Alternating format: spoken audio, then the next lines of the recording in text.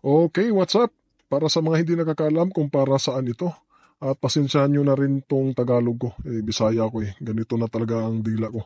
So ayan, okay, the moment of truth. Ayun, may kunting dumi. Kunti pa ba yan? Basta kunti pa lang para sa akin yan.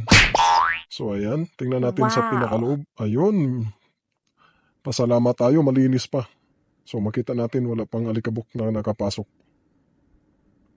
Ayan ang purpose niyan guys. Ayan oh. Labasan po yan ang napapasok na tubig. Ayan.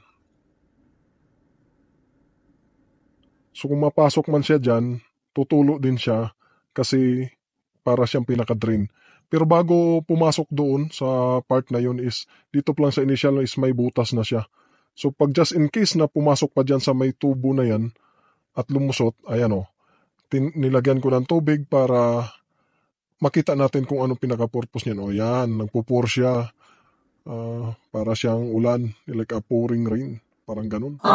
So ayan, pag nakapasok naman siya sa after ng air cleaner is mayroon siyang butas pa at yan ang pinaka-purpose dyan. Pag yan makita mong may tubig na dyan, yan kabahan ka na.